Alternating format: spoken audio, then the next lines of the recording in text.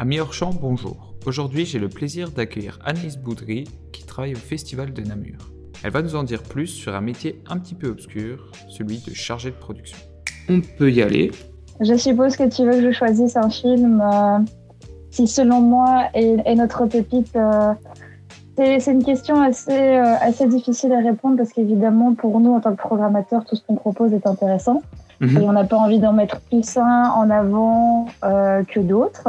Je ne sais pas si tu par pépite, est-ce que tu entends genre moi le film que j'ai préféré ou un film que je trouve sort un peu du commun et est intéressant à venir voir chez nous, parce que ce que je peux te répondre par rapport à cette question, c'est que nous du coup on a un festival du film francophone.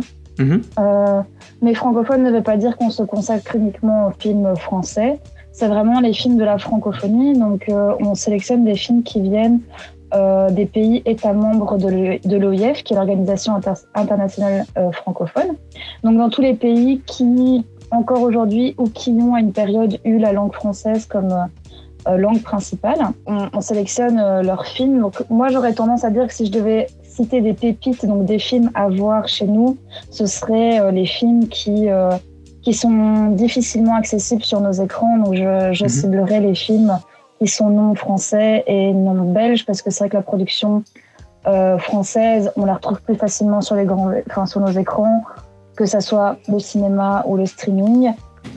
Et en Belgique, le cinéma belge a tendance quand même aussi à trouver distributeur. Donc moi, j'aurais tendance à aller vers tout ce qui est... par exemple, cette année, en compétition officielle, on avait un film roumain qui s'appelait qui s'appelle toujours Des gens bien. En compétition de première œuvre, je peux te citer par exemple le film de mon père, qui était un documentaire suisse.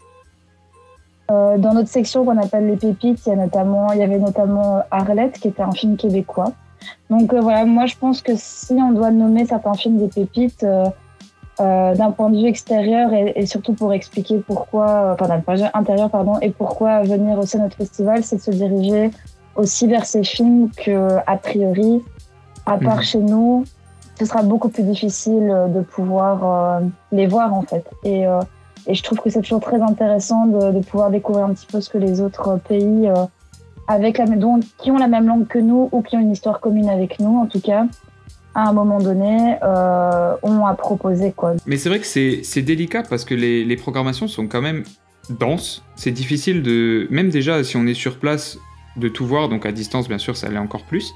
Est-ce que vous avez un nombre limite de films à chaque édition, ou en soi, tant que vous avez des propositions qui vont rentrer dans votre ligne éditoriale ou dans ce que vous souhaitez montrer, vous les prenez quand même et vous essayez de trouver de la place au maximum? Alors, on n'a pas un nombre global de films limités, mais par section. Donc, on a une compétition officielle, une compétition de première œuvre. On a une section qui est en fait hors compétition qu'on appelle les pépites. On a aussi la compétition des courts-métrages. On se met des quotas, on se met quand même une limite.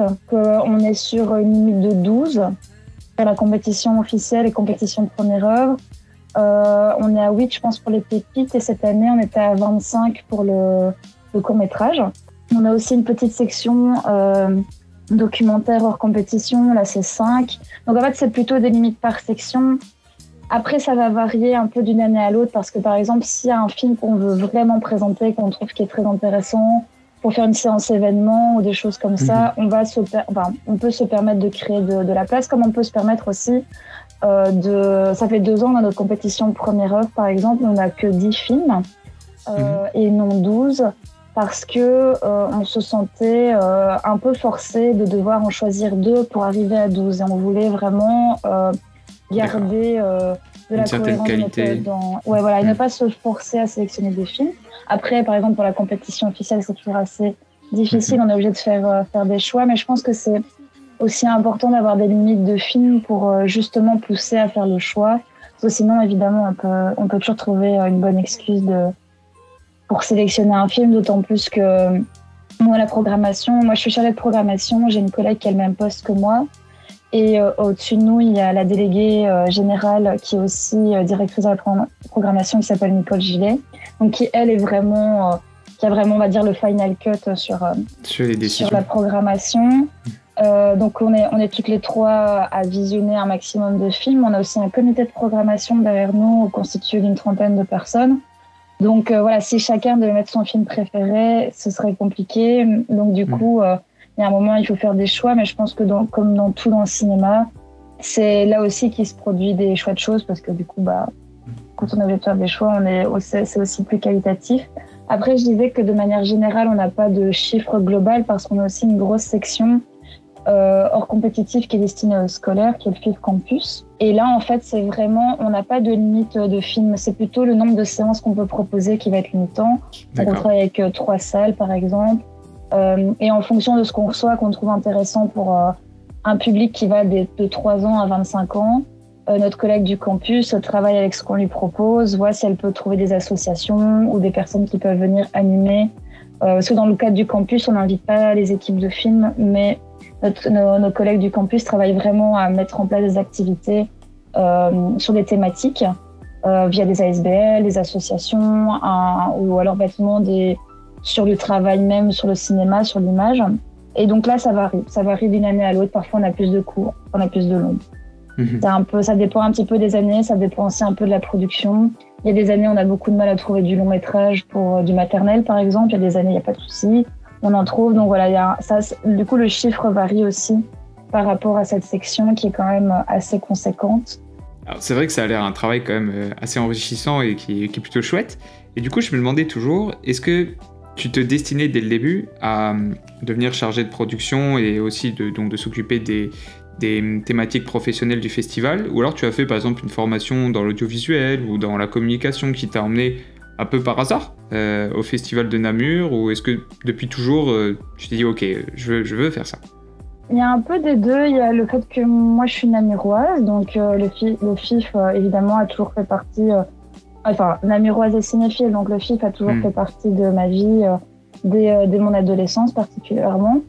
Et quand j'étais adolescente et que je voulais travailler dans le cinéma, ça me faisait rêver de travailler au FIF. À l'époque, je disais ce serait trop bien de travailler au FIF, tout en ayant bien conscience que c'est compliqué parce que on est une ASBL qui a que 9 postes qui travaillent à l'année, et puis après ça reste notre équipe grossit à partir du mois de mai pour arriver à un nombre assez conséquent évidemment pour organiser l'événement. Mais donc voilà, c'était juste une idée comme ça à la base. Mais sinon, moi j'ai fait des études. En fait, j'ai fait l'IAD à Louvain-la-Neuve et je l'ai fait dans une option qu'on appelle montage script. Donc j'ai fait mon bac en montage script et puis j'ai fait 1 an en gestion de production. J'ai fait un master. Et en fait, moi, mon but après, quand j'ai commencé les études, c'était plutôt de travailler dans la production. D'accord. Parce que j'aimais beaucoup le cinéma, mais je me sentais aucune fibre artistique pour être d'une certaine manière devant la caméra ou autre, mais j'aimais beaucoup le côté pratico-pratique de comment on fait un film.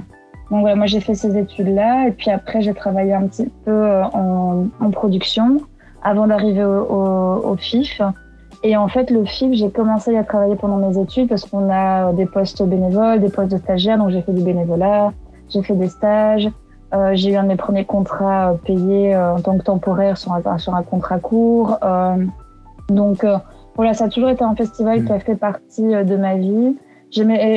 Ça a toujours été dans mes idées de travailler en festival parce que je trouve que par rapport à la production, ce que j'aimais dans la production, c'est que ça alliait le travail sur tournage et le travail dans la boîte même de prod. Donc il y a ce côté de bureau toute l'année, enfin une grosse partie de l'année même une plus grosse partie de l'année. Donc sur quasi 11 mois, on est vraiment dans du travail de bureau qui s'intensifie au fur et à mesure où l'événement approche. Et puis après, on a la semaine de festival qui dure 7 jours, où là, on est vraiment dans un rythme, on est déconnecté de la réalité, on est dans un rythme qui est propre. Et ça allie vraiment la production de tournage et la production vraiment dans une boîte de prod. Donc, je trouvais que c'était le meilleur compromis pour faire les deux. Une bonne alliance, assez chouette. Okay. Ouais, voilà. Donc voilà, d'une certaine manière, on peut dire que oui, ça a toujours été un peu un but. Après, être à ce poste-ci, à la programmation, je considère toujours que c'est une grande chance d'être à celui-ci, parce que moi, j'aurais été contente à n'importe quel poste. En tout cas, l'adolescente aurait été contente à n'importe quel poste. Vu qu'à l'époque, je pense que je savais pas du tout ce que c'était de faire de la programmation. Exactement, j'imaginais c'était juste regarder des films et que c'était cool, mais ça dépasse un petit peu ça. Donc voilà, par rapport à mon parcours. Super, bah, en tout cas félicitations encore, parce qu'au final tu as quand même réussi ton objectif, donc super. Ouais. Et par exemple, alors nous qui sommes des étudiants en BTS, est-ce qu'un stage ça serait possible, ou alors il faut quand même avoir peut-être un peu plus d'expérience, ou peut-être avoir fait un master comme toi avant de pouvoir y postuler, ou c'est des choses qui se font? Non, on travaille beaucoup avec des stagiaires. Donc on a des bénévoles qui sont plutôt là pendant la semaine du festival. Et puis pour les postes un peu plus longs qui durent en général aux alentours de 3 mois, on travaille pas mal avec des stagiaires. On en cherche chaque année à différents postes. Il y en a à la programmation, au campus, à la promo aussi, tout ce qui est partenariat. Donc à la programmation, c'est assez large. On travaille avec un stagiaire ou une stagiaire qui travaille avec nous directement dans l'équipe programme, mais c'est aussi, on cherche des gens pour s'occuper des présentateurs, par exemple, s'occuper de ce qu'on appelle les accueils invités, qui sont les bénévoles qui vont accueillir les équipes de films pendant le festival. Voilà, on prend des stagiaires qui, en général, nos stagiaires sont en master. Après, comme on est en Belgique, nous, on ne propose malheureusement pas de stage rémunéré. Mais non, ça, c'est tout à fait possible. On a beaucoup de gens qui viennent de la communication, principalement. Après, c'est aussi à la curiosité. J'ai une stagiaire cette année qui a fait des études en chimie. Ok. Donc, rien à voir, et qui avait fini ses études, qui ne voulait pas se lancer directement dans le travail. Et elle s'est retrouvée chez nous parce qu'elle aime bien la culture. Donc, voilà, nous, ce qu'on cherche, des gens qui sont cinéphiles, débrouillards et qui ont envie d'apprendre. Donc, c'est tout à fait ouvert aux étudiants pour nos stages. Super, ça, un certain, ils pourront être contents que je leur transmette ce message. Et bon, alors nous, pour l'instant, en tout cas, on peut pas prétendre à concourir dans la cour des grands, on va dire, parce que, bon, on n'a déjà pas le niveau et aussi pas les équipes pour. Mais par rapport au court-métrage, est-ce que il y a un degré de qualité minimal, je veux dire, pour concourir? Par exemple, une certaine qualité au niveau du son, un nombre d'acteurs imposé, une durée peut-être aussi imposée, ou alors même, on va dire, si on fait un film de fin d'études, je sais pas, qui fait entre 10 et 15 minutes, qu'on essaye de bien réaliser du mieux qu'on peut, est-ce qu'on peut l'envoyer ou pas? Alors oui, en fait nous on accepte, on n'a pas vraiment de limite pour le court-métrage, tout est accepté.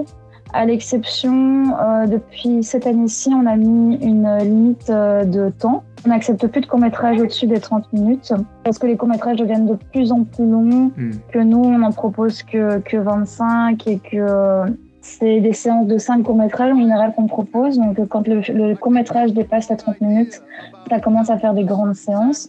Donc ça, c'est neuf de cette année. Et alors, ce qu'on n'accepte pas non plus, c'est les documentaires internationaux. Okay. On n'accepte que les documentaires belges parce que les documentaires, on en reçoit énormément. Ouais. C'est vraiment un format avec le cours qu'on reçoit le plus. Après, pour tout ce qui est film d'école, a priori, ça, on regarde quand même les courts-métrages documentaires aussi. On considère que voilà, ça fait partie d'un apprentissage. On ne veut pas non plus bloquer. Donc ça nous arrive d'en regarder aussi, mais on se concentre surtout sur le documentaire belge. Et alors pour le reste des documentaires, on prospecte plutôt dans nos déplacements au festival. Et alors en durée minimale, il n'y a pas de durée minimale. Après, c'est sûr que c'est toujours un peu plus difficile pour nous de caser des films qui font moins de 10 minutes. Mais cette année, on en a mis en compétition. Mais c'est vrai que parfois, c'est plus difficile. Après, pour la qualité du film, ça reste toujours subjectif. Effectivement, je conseille quand même aux gens qui s'inscrivent chez nous d'avoir une certaine expertise et une équipe derrière et de pas nous envoyer le film de famille qu'ils ont créé pour montrer à Noël parce qu'ils ont trouvé ça sympa. Mais après, oui, dans les films d'école, on en reçoit beaucoup. L'inscription reste gratuite tout le long pour les écoles de cinéma. Donc voilà, on pense que c'est aussi important de suivre la nouvelle génération. Après, c'est sûr que ce à quoi on fait attention aussi, que ce soit pour les films d'école ou pour les films qui viennent des pays qui ont peut-être moins de moyens que la France, la Belgique ou la Suisse ou même le Québec. Je pense aux pays africains, par exemple. On essaye aussi de faire attention, de ne pas mettre en défaut certains films parce qu'on pourrait se dire « Ah oui, c'est intéressant de montrer tel film d'école, par exemple. » Mais si à côté des films plus professionnalisants, le réalisateur passe peut-être un peu en ridicule. C'est pas non plus aussi le but. Donc voilà, c'est vraiment, je dirais, à l'appréciation du comité de programmation. Et en termes de films d'école, nous, on en sélectionne quand même pas mal chaque année, parce que c'est important pour nous de montrer aussi ce que la nouvelle génération et les étudiants font. Super. Bon, bah, on va essayer de faire de notre mieux alors, et essayer de concourir. Et c'est vrai que donc je me suis bien sûr renseigné avant qu'on puisse discuter. Et comparé aux autres festivals, ce que je trouve génial, c'est qu'il y a un vrai accent qui est mis aussi pour les professionnels, avec plusieurs ateliers, plusieurs rencontres, des annuaires aussi en ligne qui peuvent être très utiles. Alors d'ailleurs, j'en profite pour le dire maintenant, parce que peut-être qu'on ne vous l'a pas remonté, celui pour les acteurs, alors je ne sais pas si c'était parce que j'étais dans un autre pays, il n'était pas disponible. Ok. Donc peut-être que c'est parce que j'essayais de me connecter ou d'accéder à ce lien via le Luxembourg ou la France, donc si jamais, je le dis. Et tout ce qui est donc ce qu'ils appellent le déjeuner FIF Pro, la journée audiovisuelle wallonne, alors c'est super, mais est-ce que c'est réservé uniquement aux personnes de nationalité belge, ou alors par exemple des techniciens aussi qui sont français, luxembourgeois, allemands peut-être même, ou suisses, est-ce qu'ils peuvent aussi avoir accès, ou c'est quand même assez restreint?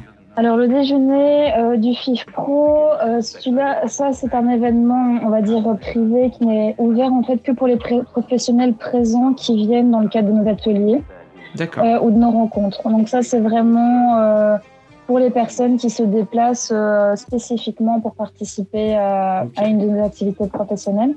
Pour la journée audiovisuelle wallonne, elle est organisée par Wallimage en fait, qui est un fonds wallon pour le cinéma, qui travaille là-dessus. Ça, c'est sur inscription.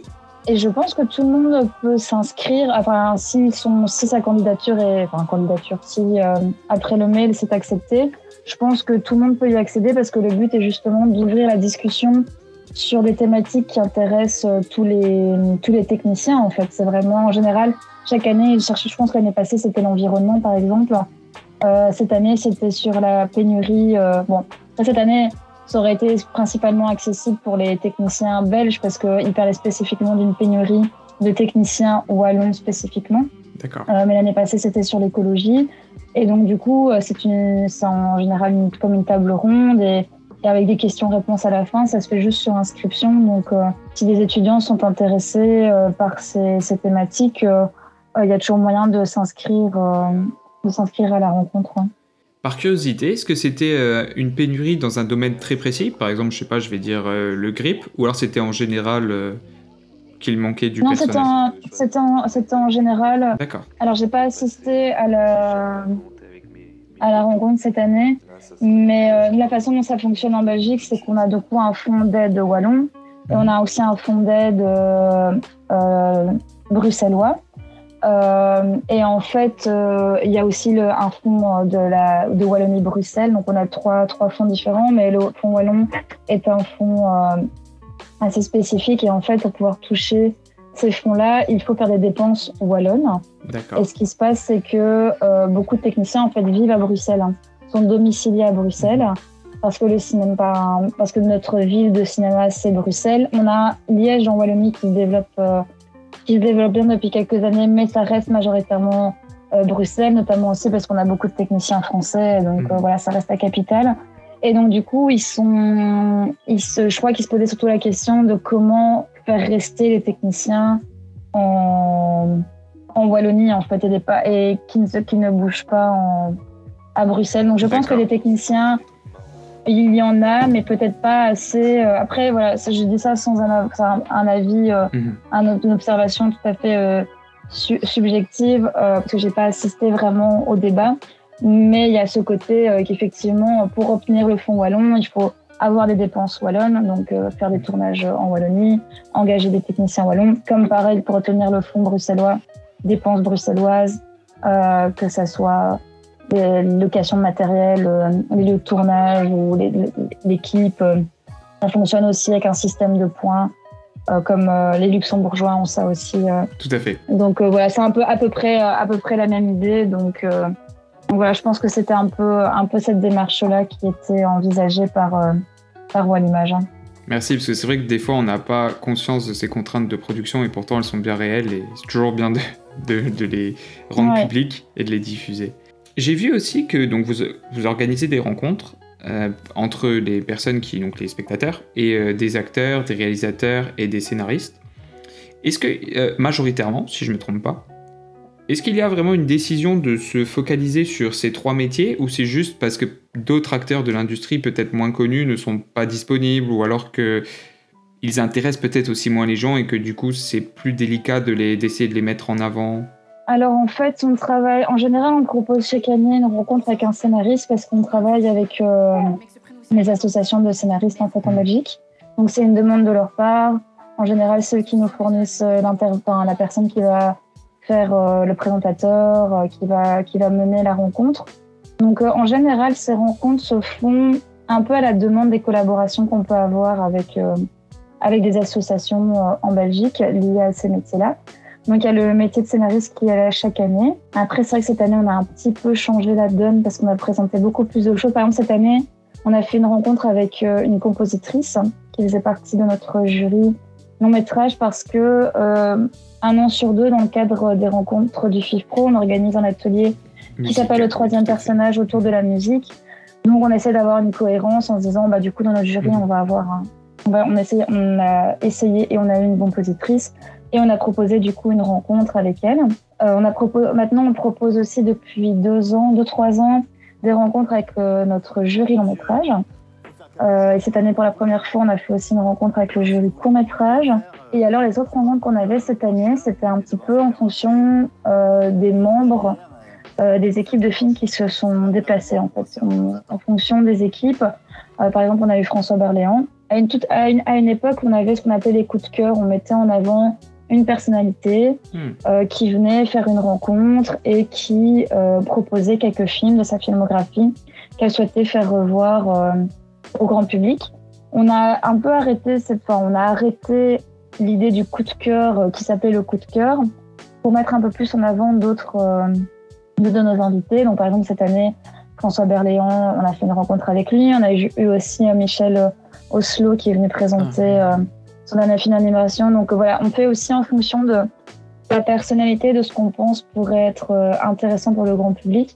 Après, pour les métiers, les autres métiers, c'est vrai que c'est plus difficile parce que déjà un scénariste, c'est assez difficile de faire venir les spectateurs. Donc malheureusement, si c'est pas un nom assez connu, les spectateurs vont pas spécialement se déplacer. Et dans ces cas-là, il faut aussi faire attention de ne pas proposer quelque chose à un intervenant qui se retrouvait devant une salle vide aussi. Bien sûr. Donc voilà. Mais c'est vrai qu'on travaille on a travaillé aussi sur Génération Talent avec l'association des réalisateurs, des choses comme ça. Donc en fonction des demandes et de ce qu'on peut proposer, parce qu'on peut pas dire oui à tout le monde non plus. Oui. On travaille de cette manière-là, quoi.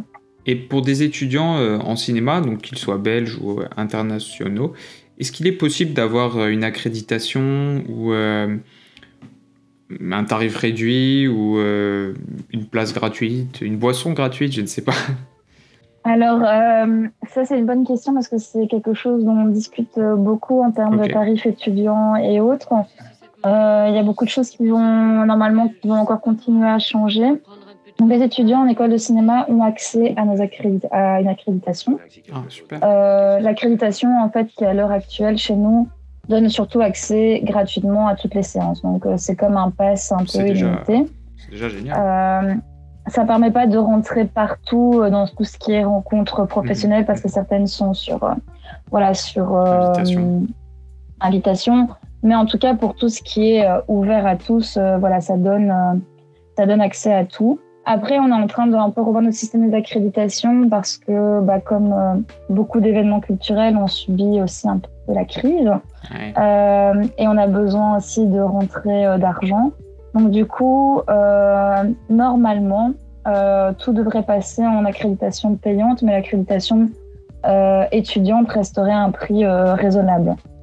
Et on considère que proposer une accréditation qui offrirait la possibilité de voir tous nos films, si on met une accréditation à une quinzaine d'euros, a priori, en 3 séances, c'est rentabilisé pour l'étudiant. Donc voilà. Et par rapport à des tarifs étudiants de manière générale, ça n'existe pas vraiment chez nous, mais c'est en réflexion par rapport aux tarifs du bar et des choses comme ça, de voir si on peut mettre en place des tarifs et attirer un peu plus les étudiants aussi chez nous. Donc voilà. Je ne peux pas mettre ma main à couper pour l'instant parce que c'est vraiment un sujet qui est en discussion, qui est en renouvellement chaque année, les accréditations, la billetterie, comment améliorer l'offre en fait qu'on peut donner aux professionnels et aux spectateurs lambda aussi pour venir voir des films et un maximum de films. Donc voilà. J'ai une dernière petite question qui me vient à l'esprit maintenant qu'on en discute. C'est, alors, dans le monde, on va dire, professionnel en dehors de l'industrie du cinéma, beaucoup de gens utilisent LinkedIn ou d'autres réseaux sociaux professionnels. Est-ce que de ton point de vue, il y en a un qui est vraiment incontournable pour toute personne qui travaille dans le ciné ou pas forcément, et c'est plus assez disparate avec différentes associations, comme tu as dit, et qu'il n'y a pas un endroit où tout le monde se regroupe, se retrouve et discute? Pour moi, c'est assez disparate. Je ne pense pas qu'il y ait un seul endroit où on se retrouve. Je dirais que le meilleur CV en général, en tout cas en tant que technicien, réalisateur, acteur, c'est IMDb. IMDb reste la meilleure plateforme. Toujours bien avoir son CV IMDb à jour. C'est une des meilleures cartes de visite, je dirais. Après, c'est vrai qu'on est dans un milieu qui fonctionne fort par réseau.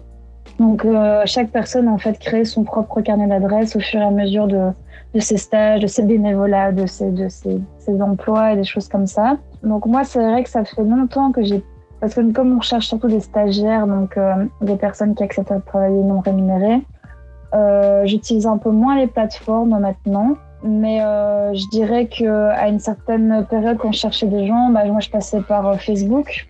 Par mon Facebook, c'est vrai que ça, en tout cas pour ma génération, le Facebook reste quand même un lieu où on a pas mal d'amis du cinéma, on va dire, des gens qu'on a croisés au cours de notre carrière. LinkedIn un petit peu, je trouve qu'on retrouve de plus en plus, en tout cas pour voir les CV. C'est vrai que ça reste quelque chose qu'on fait, aller voir le profil LinkedIn, parce qu'en général, c'est un des CV les plus complets avec IMDb.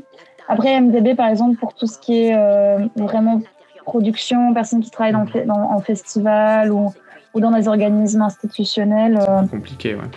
C'est plus compliqué d'être sur IMDb. Donc, il y a ces plateformes-là. Et après, nous, en Belgique, ce qu'on a, pour tout mais après, c'est plutôt de la recherche d'emploi, c'est pas vraiment une base de données. On a une plateforme qui s'appelle Synergie.be où on peut retrouver quand même un grand listing des techniciens, réalisateurs, acteurs belges. Donc voilà, mais sinon, il n'y a pas vraiment un seul réseau. Depuis 2-3 ans maintenant, il y a une nouvelle plateforme qui s'appelle Moondé, une plateforme belge qui essaye d'être vraiment une plateforme dédiée, qui essaie d'être le LinkedIn du cinéma. Donc il y a ça qui a été lancé aussi, mais c'est vrai que sinon, c'est vraiment ça fonctionne vraiment en réseau en fait. Donc voilà, c'est plus, mais c'est très disparate. Il y a plein. Genre, par exemple, pour rechercher de l'emploi dans le culturel en Belgique, il y a 3 ou 4 plateformes différentes, par exemple. Oui, c'est pareil aussi en France, au Luxembourg. Ouais. Donc voilà. Non, c'est pas centralisé. Je trouve qu'effectivement, ce serait plus simple si tout pouvait passer par LinkedIn, qui a quand même été créé pour ça. Mais dans le culturel, ça fonctionne aussi fort. J'ai pensé à quelqu'un et j'appelle cette personne n'est pas disponible. Me conseille un collègue, que j'appelle le collègue, qui conseille peut-être un collègue. Et c'est vrai que se retrouver à vraiment devoir chercher en ligne quelqu'un, par exemple pour travailler sur un tournage ou autre, c'est assez rare. Après, c'est que mon avis à moi, de ma petite expérience à moi. Donc, c'est déjà très bien. Et puis tu as quand même pu côtoyer aussi beaucoup de monde avec le festival, donc je pense que c'est un avis qui est pertinent. Merci beaucoup, en tout cas pour le temps que tu as pris pour ces petites questions. Et bon, quand même, avant de se quitter, il faut aussi que je te demande quel est, toi, ton plus beau souvenir. Alors, en tant que spectatrice ou en tant que personne qui a fait le pas de devenir officielle du festival, est-ce que tu as vraiment un moment qui te reste gravé en mémoire? Ça peut être une rencontre peut-être avec un réalisateur que tu as adoré quand tu étais plus jeune ou dont tu es vraiment passionné par le travail, ou encore autre chose. qui peut-être t'es complètement personnel, mais vraiment si tu devais, je sais que c'est dur, mais garder un moment très précieux où tu as dit ok là vraiment je suis content d'être là. Alors un seul, ça va être compliqué comme pour la première question. Moi je dirais que mes meilleurs moments, ça reste mon premier stage au FIF, la découverte vraiment. J'ai fait un stage aux rencontres professionnelles. Et j'ai adoré, moi qui voulais faire de la production, j'ai adoré tout ce qu'on pouvait proposer aux producteurs pour aider les projets. Enfin, j'avais trouvé ça génial et je me souviens avoir passé vraiment un super stage et avoir appris plein de trucs. Et donc de manière globale, cette édition-là avait été très forte et très marquante pour moi. De manière générale, une rencontre avec un réalisateur en particulier, pas réellement parce que D'ailleurs, je trouve que c'est parfois le plus difficile en tant que à travailler la programmation, c'est qu'on n'a pas l'occasion d'échanger spécialement avec les réalisateurs sur leurs films parce que quand ils viennent, voilà, ils présentent leurs films, nous on travaille de notre côté, on n'a pas l'occasion de les voir parler de leurs films. Et ça, je sais qu'en tant que spectatrice lambda, c'est ce que je préférais. J'adorais assister à tout ce qui était rencontre, à entendre parler les réalisateurs, les acteurs, les producteurs de leurs films. Donc il y a vraiment eu j'ai pas de personnes précises, mais de manière générale j'aime beaucoup entendre les gens parler de leurs films. Donc de cette manière-là, je dirais cette première et plus particulièrement cette première expérience en tant que stagiaire en festival, la découverte un peu de l'envers du décor.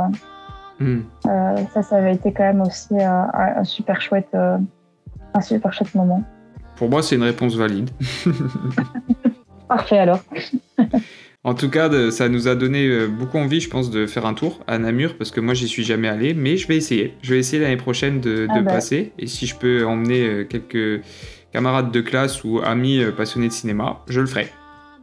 Avec plaisir, on a bien de spectateurs, donc n'hésitez pas. Et pareil pour les stages, en ce moment, on cherche on cherche pour la période février, mars, avril, on cherche un stagiaire en programmation, on cherche un stagiaire en promotion, donc n'hésitez pas à rester attentif sur nos réseaux, via le site, via le Facebook.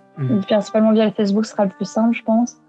Mais voilà, s'il y en a qui cherchent des stages, on propose des stages aussi l'été.